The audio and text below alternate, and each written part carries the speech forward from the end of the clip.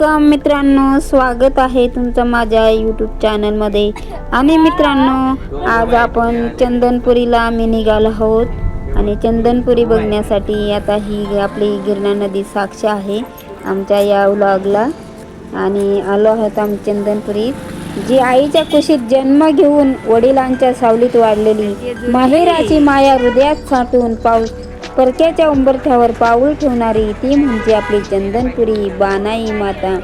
आज आपण ऐकणार आहोत माहेरची ओढ आणि खंडेरावांच्या सासराची तेजस्वी महती, श्रद्धा, संयम आणि नात्यांच्या परीक्षेची ही कथा. चंदनपुरी बानाईचं माहेर, डोंगरकड्यात वसलेलं, वाऱ्याशी बोलणारं आणि माणुसकी जपणारं. आईची ओवाळणी, वडिलांची कणखर पाठ, भाऊ बहिणींचं हसणं आणि अंगातल्या तुळशीची साक्ष. लहानपणापासूनच बानाई सुसंस्कृत, देवभक्त, कामात कुशल आणि मनाने निर्मळ होती. माहेरी सण आला की घरदाराने हसत असे, चुलीवर भाकरी आणि ओसरीवर गाणी.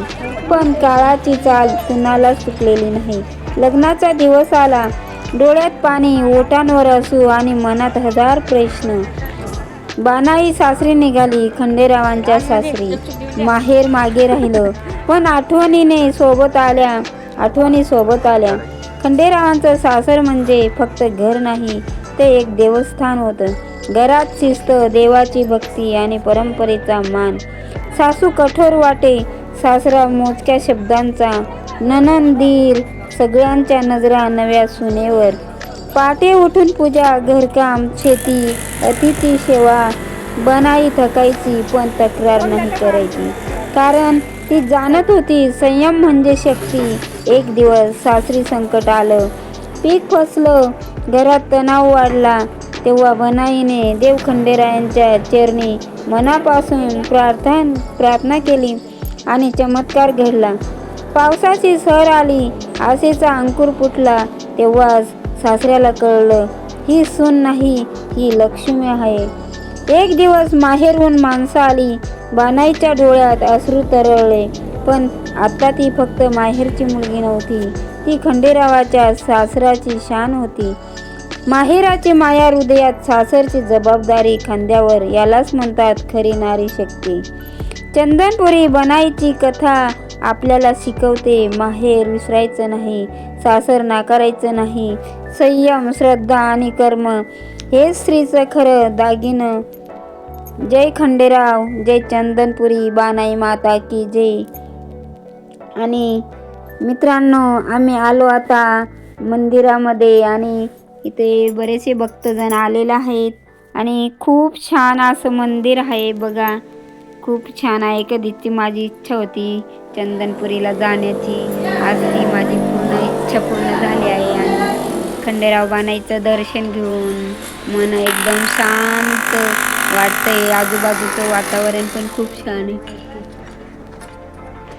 मंदिराचं असं काम चालू आहे, डागडुजी चालू आहे. आता समोर 3 तारखेला 3 जानेवारीपासून यात्रा पुरते आहे. यात्रेला सुरुवात, ज्या दिवशी आपल्या सावित्रीबाईंचा जन्मदिवस आहे. आणि त्या दिवसापासून इथं चंदनपुरीत बानाई आणि खंडेराव महाराज प्रत्यक्ष साक्षात शंकर पार्वतीचं रूप आहे. आणि ते इथं त्या काळामध्ये, यात्रेच्या काळामध्ये प्रत्यक्ष साक्षात येथे असतात असं लोकांची धारणा आहे. आणि त्या 1 महिना यात्रा असते. आणि यात्रेला नक्कीच या आणि देवाचं दर्शन घ्या, खंडेराव पार्वतीचं. आणि खूपच छान असं जुनं पुराणं मंदिर आहे आणि एकदम छान असं. आता त्या मंदिरात परत त्याला निधी उपलब्ध त्या भुसे करून दिल्यामुळे मंदिराचं काम एकदम जोरात चालू आहे. आणि इथे तुझ्या मागे गाव पण खूप छान आहे. गावाला अशी जुनी अशी वेस वगैरे, वेशीचा दरवाजा आहे.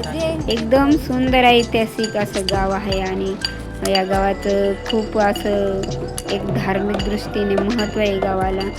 आणि एक देवाचे प्रत्यक्ष पावलं या नगरीला, या भूमीला लागले आहे. आणि एक सोन्याची जेजुरी. आपण नक्कीच इथं दर्शन घ्या. आणि एक ज्याचं श्रद्धा आहे, एक लोकांचं, भाविकांचं श्रद्धास्थान आहे. आणि भविष्यात हे असं दाखवल्याप्रमाणे प्लॅन मंदिराचं चालू आहे. आणि हे बघा गावाची वेस आणि त्याचे मेन दरवाजा, जुना दरवाजा अजून जसं तसं आहे आणि खूप छान असं दिसतं. दरवाजातून गल्ली दिसते, इतकं सुंदर, मला खूप आवडतं. असं ऐतिहासिक जे बी काय आहे ते मला बघायला खूप आवडतं. त्याच्यावर मी विचार करत असते आणि माझ्या परीने मी त्याचा अर्थ लावून मी ऐतिहासिक मुलाने गाडी घेतली, पोचते, कल्पनेत जाते आणि मला खूप आवडते इतिहास बघायला. आणि आम्ही आता दर्शन घेऊन आणि थोडंसं बाजार वगैरे केला. मुलीने काही घेतलं, तिला आवडलं ते. मैत्रिणींना गिफ्ट द्यायला चेन, प्याज, रेवड्या घेतल्या आठवण म्हणून. खूप छान आजचा दिवस गेला. 25 डिसेंबर. नंतर आम्ही चर्चमध्ये पण जाऊन आलो. तिथं सांताक्लॉजचं दर्शन घेतलं, येशू बाबांचं दर्शन घेतलं. खूप छान आजचा दिवस माझ्यासाठी तरी खूपच छान आहे, एकदम हॅपी डे. आणि मित्रांनो, आम्ही आता घरी येऊन देवाची पूजा वगैरे केली, स्वयंपाक करून जेवण केलं आणि झोपी गेलो. आजचा दिवस खूपच छान, आपल्या सर्वांना पण नक्कीच छान गेला असेल. आणि अशी सोन्याची जेजुरी बघण्यासाठी तुम्ही नक्कीच बघा आणि